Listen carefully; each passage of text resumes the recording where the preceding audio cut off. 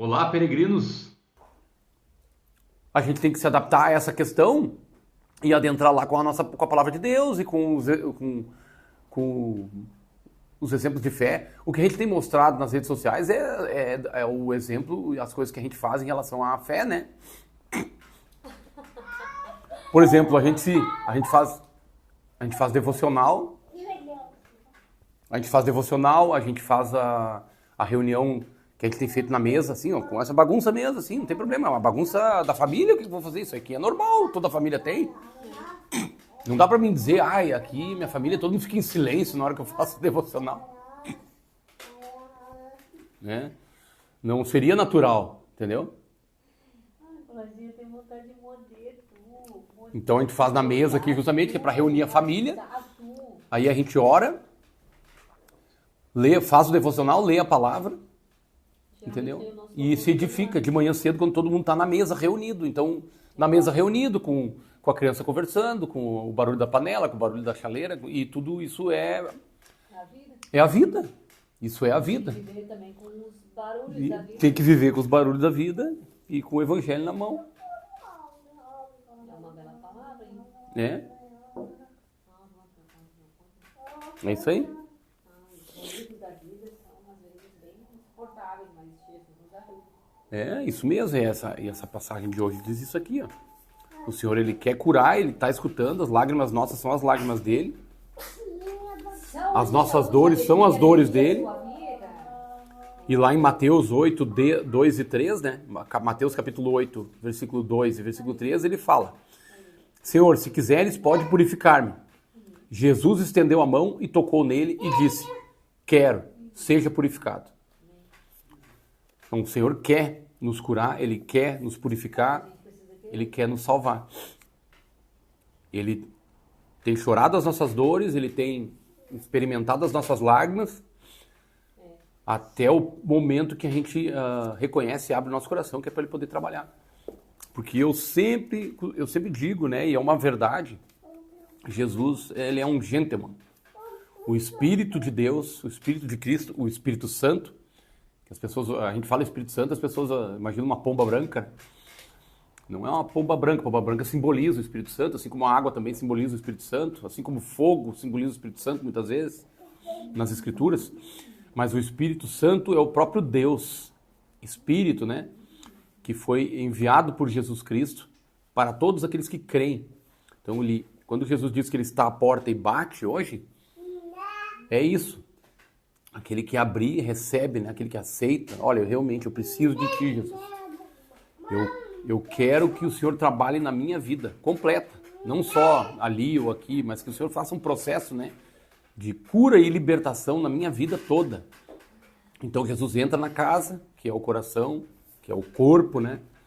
Então Ele faz morada e vai limpando e purificando. Esse é o significado daquela palavra. Né? Então Jesus está à porta e bate. Procure escutar essa batida na porta, né? Esse pedido para entrar, porque Jesus não vai arrombar a porta. O que arromba a porta é o outro, né? Que destrói família, que destrói a saúde, que destrói o trabalho, que destrói tantas vidas, né? Não que o cristão não passe por dificuldades, passa, né? Mas em meio às lutas, independente das circunstâncias, essa paz de Cristo, ela transcende isso, entende? Então por isso que as pessoas às vezes olham um cristão ali, o cara tá passando por luta, o cara tá passando por problema, como é que pode? O cara não... É um cristão verdadeiro, né? Autêntico, né? O cara tá passando por tanta luta e tá ali firme na fé, né? E em algum momento aquilo lá passa e aquele cristão ele se desenvolve, né?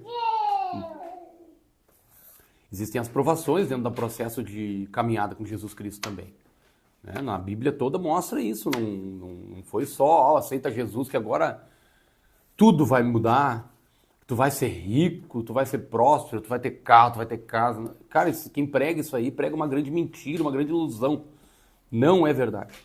A paz que eu prego, a paz de Jesus, que é a paz que eu prego, é uma paz que ela transcende as circunstâncias independente das circunstâncias desse mundo, é possível estar em paz. Então, ou seja, independente se surge um problema de saúde, ou se surge um problema financeiro, ou se surge um problema na família, independente dessas coisas, a gente precisa manter a nossa esperança, o nosso foco, a nossa paz em Cristo Jesus. Porque a paz de Cristo é diferente da paz do mundo. A paz do mundo é isso, tá tudo bem enquanto tá tudo bem, né? Agora, estoura uma peleia aí, estoura um problema, já terminou a paz. Essa é a paz do mundo, né? A gente pode ver aí pelas guerras. Aí tava tudo bem, daqui a pouco, puf, estoura uma guerra lá na Ucrânia, a outra guerra agora lá em Israel, e acabou a paz lá, né? E as pessoas estão lá vivendo esse horror, né? Mas o cristão, em meio a tudo isso, né? Atento a esses sinais, atento a essas coisas, ele está em paz. O cristão que entendeu essas questões, né? Está em paz, porque coloca a esperança em Jesus Cristo. Né? Coloca a sua esperança não nas coisas dessa terra, desse mundo, mas entende que é um peregrino, né? E coloca a sua esperança nas coisas do alto. E nessa caminhada, nessa passagem aqui, né? De Mateus 8, 2 e 3, o Senhor está dizendo claramente, né? Que Ele está acompanhando as nossas dores, acompanhando as nossas lágrimas, e ele fala aqui Senhor, se quiseres pode purificar-me. Jesus estendeu a mão, tocou nele e disse, quero. Essa palavra querer aqui, ó, descrito tanto no pedido do leproso quanto na resposta de Jesus, ela corresponde a palavra grega no original, que significa anseio, desejo, né? Desejo de Jesus de ver aquele homem curado. E veja bem, aquele homem, ele abre o seu coração, né? Senhor, se quiseres, né? Pode purificar-me, né? Porque Deus pode fazer ou não fazer. Ele não deixa de ser Deus por não fazer algo, né? E só Ele entende por que às vezes Ele não faz. Não é porque Ele está atrasado ou Ele não quer curar. É porque às vezes não é a hora, não é o tempo de Deus. E o tempo de Deus é perfeito na nossa vida. Entende? Mas o desejo do Senhor, Ele ama abençoar seus filhos. Por isso que nós devemos nos aprofundar no conhecimento do nosso Pai, através da palavra, para que a gente esteja preparado para as suas bênçãos, né? E as bênçãos, ela vem através de cura, através de libertação, através de portas que se abrem, através de ensino, através de prova. Olha só, de prova. Às vezes a nossa fé vai ser provada. Para o nosso crescimento espiritual, nós temos que passar muitas dificuldades. Eu lembro e eu ainda peço até hoje, paciência. Uma época eu estava pedindo muita paciência, o Senhor me dá autocontrole, porque eu me irrito muito fácil. E aí eu me lembro que, bem naquela época, enquanto eu estava orando, o Senhor colocou uma inquilina aqui no prédio. Eu aluguei um apartamento para uma menina com muitos problemas. E aquilo exigiu de mim muita paciência. Vocês estão entendendo como é que Deus trabalha? Então não é mágica, tipo, eu estou orando para Deus, pedindo paciência, Ele vai abrir a minha cabeça e vai largar, que nem o cara aquele do churrasco, né? Vai largar mágica, vai largar paciência dentro da minha cabeça e pronto.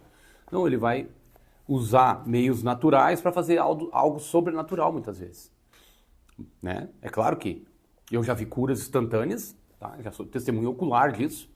Eu já vi milagres na minha vida, a minha filha é uma prova disso, que hoje está com 1 ano. Recém-completados. Eu já vi restauração na minha vida, no meu casamento, na minha saúde, na minha vida profissional, na minha vida financeira. Eu já vi de tudo um pouco, de manifestações sobrenaturais, mas eu creio que Deus, Ele trabalha no processo natural também. Que muitas vezes Ele vai usar meios naturais para fazer algo sobrenatural. Porque paciência e controle é algo que tu tem que desenvolver. Faz parte do fruto do Espírito.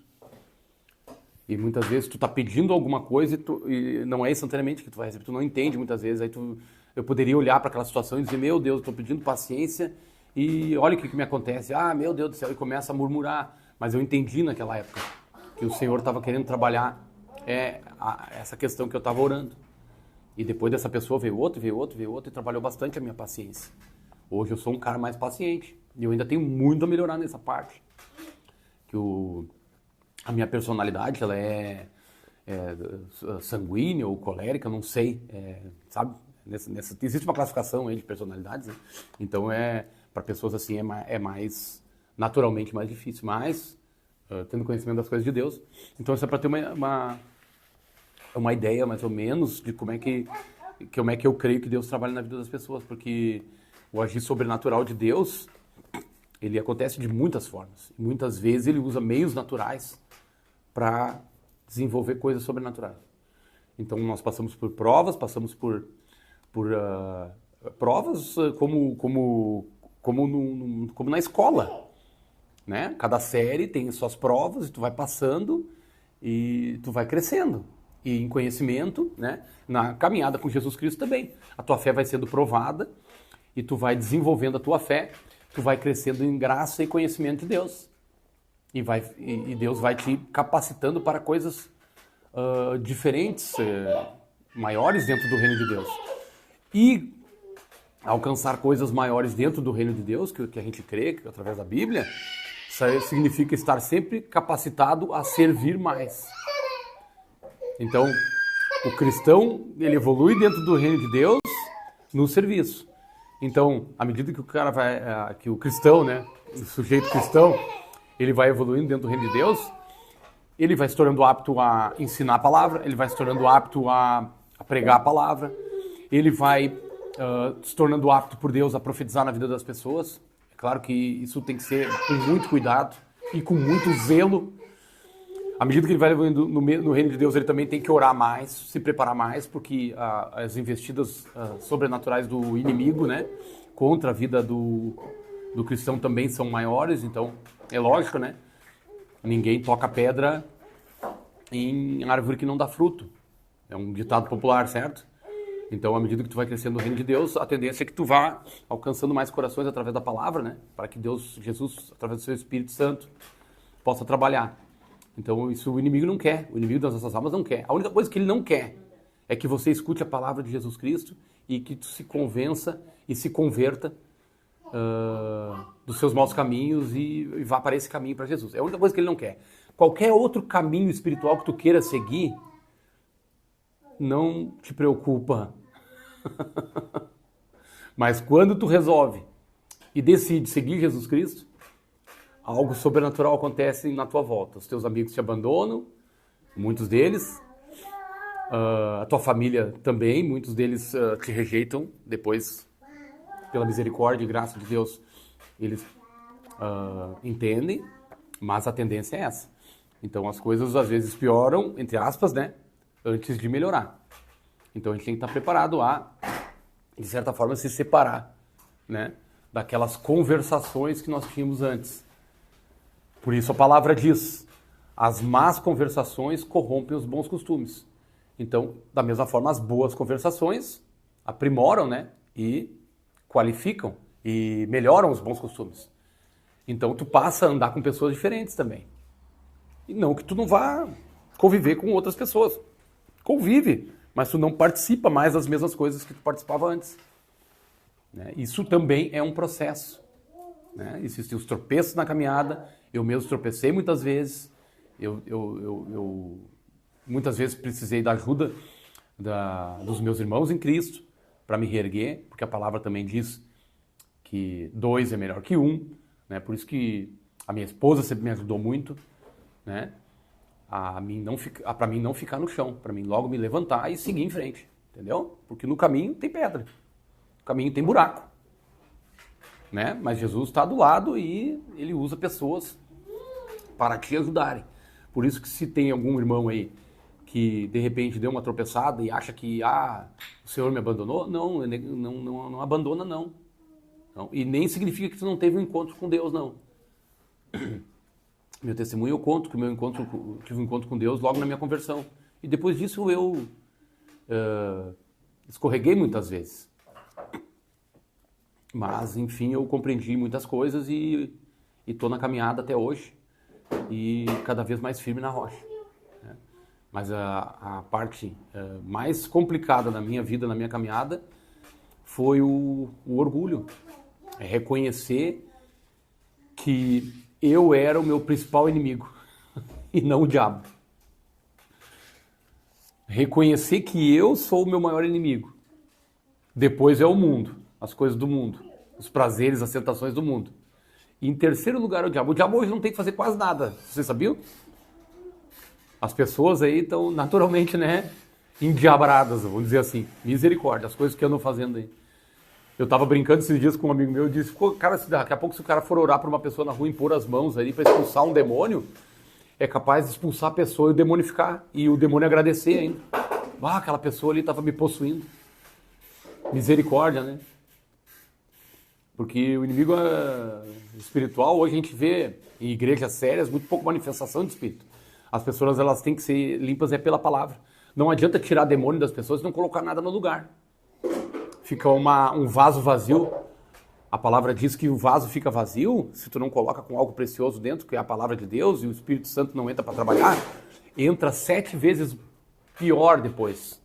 O estado daquela pessoa pode ficar 7 vezes pior. Então eu não posso me dar o luxo de sair por aí metendo a mão na cabeça de todo mundo, expulsando o demônio, porque isso aí seria só para minha experiência. Vocês estão me entendendo o que eu quero dizer? Essa pessoa, eu expulsaria esse demônio para ter essa experiência, para mostrar para todo mundo que eu expulso o demônio. E aí, daqui a pouco essa pessoa sai, não coloca nada no lugar, começa a fazer as mesmas coisas de antes e fica 7 vezes pior. Qual é a minha... Que compaixão eu estou tendo com aquela alma ali? Então, hoje eu tenho esse entendimento que eu prefiro muito mais ir limpando a pessoa pela palavra e no momento certo haver uma libertação, do que sair por aí, como eu fiz já no passado, né? Me exibindo, né? Dessa forma aí. Porque até mesmo na palavra diz, né, que muitos, né, expulsarão demônios e falarão em nome do Senhor, mas naquela hora lá o Senhor diz, apartai-vos de mim, porque eu não vos conheço. Então a gente tem que ter sabedoria para usar as ferramentas de Deus. É com íntima compaixão como Jesus fazia. Entendeu? Até porque, até mesmo Jesus curou 10 leprosos e só um voltou para agradecer. O resto foi viver a vida... Foi curado para o inferno, o que adianta? Né? A verdadeira salvação, eu prefiro ir cego para o céu do que enxergando para o inferno. Estão me entendendo? Da natureza do natural do corpo, estou falando, né? É claro que o sujeito que vai para o céu, ele está com os olhos espirituais abertos. Então, é mais ou menos nessa toada. Então, eu prefiro ganhar... entre aspas, ganhar as almas, né? Porque eu não ganho alma nenhuma, eu prego o evangelho, quem toca no coração é o Espírito. Eu sempre costumo dizer isso, se Deus não trabalhar na vida da pessoa, o meu trabalho é em vão. Então a tarefa da igreja, e a igreja é composta por vários membros, é um corpo, né? É manifestar a graça de Deus nesse lugar, manifestar o amor de Deus, manifestar o perdão, a misericórdia e levar as pessoas ao arrependimento. Só que tudo isso é o agir do Espírito Santo na vida das pessoas. Nossa tarefa é pregar o Evangelho. Os anjos queriam fazer isso, a palavra diz. Mas o Senhor disse, não, isso aqui é a minha igreja que vai fazer. Eles é que vão pregar o Evangelho. E nós estamos até hoje aí, falando da palavra. Por isso, amados, para você que não faz parte da igreja ainda, ou que não aceitou Jesus, não fica bravo quando o irmãozinho chegar para ti para falar de Jesus. É porque... Ele te ama mesmo, ele anseia, ele tem o desejo de que tua alma seja salva por Jesus Cristo. Porque nós cremos nessa verdade. E porque nós experimentamos essa verdade nas nossas vidas. E Jesus é para todo mundo. Não importa o quão bom você acha que é, você precisa de Jesus. Não importa o quão sábio, inteligente, quantas faculdades e mestrados e doutorados você tenha, você precisa de Jesus. Só que Jesus falou, né, que seria muito difícil ganhar um rico para o reino de Deus, justamente por isso, porque as pessoas confundem muito o sucesso nesse mundo com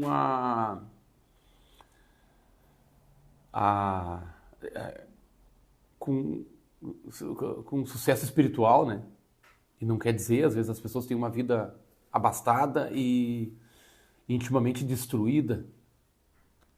As pessoas não postam na internet as suas mazelas. Quando tu olha na internet, tu vê pô, que vida maravilhosa, como é abençoado e tudo, mas lá no íntimo a gente sabe que muitas vezes não é assim.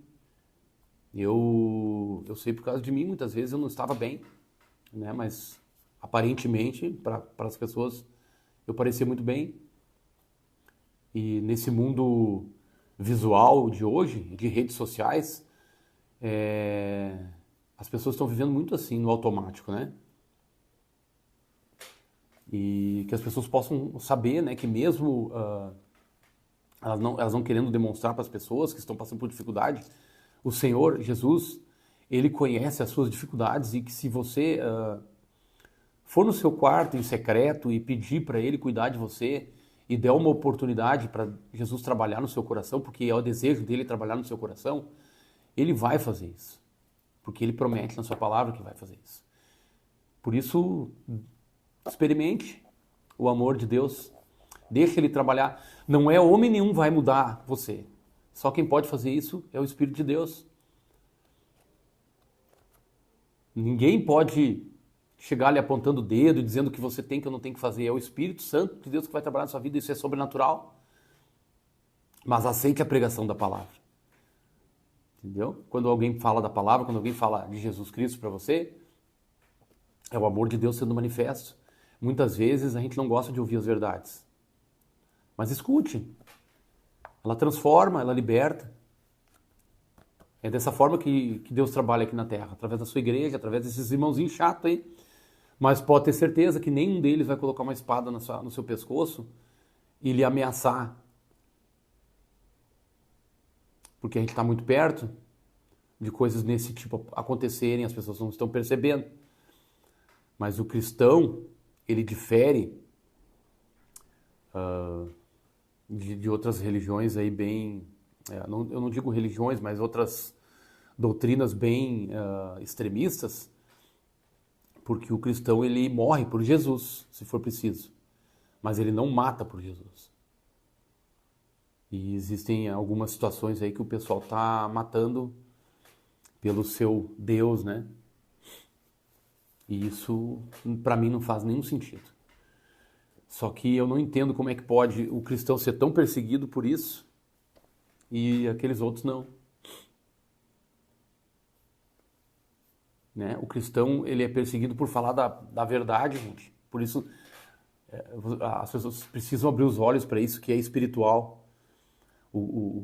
A palavra de Deus, como nós conhecemos, que é a Bíblia, ela é perseguida e os cristãos que pregam a palavra de Deus são perseguidos porque essa é a palavra que pode salvar a tua alma.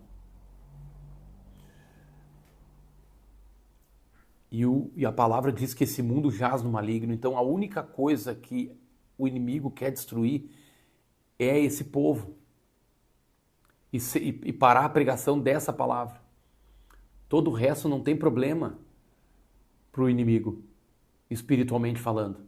E ele, o inimigo, que é Satanás, ele também usa os meios naturais para se manifestar naturalmente. Então ele usa os meios de comunicação, ele usa as mídias, ele usa meios políticos para reprimir e oprimir a pregação desta palavra, porque ele sabe que ela tem poder. Mas todo o resto pode ser falado e não é censurado. Vocês já perceberam isso? Então, abra os seus olhos e dê ouvidos enquanto é tempo. Tá bom? Um beijo grande no coração de vocês e Deus abençoe.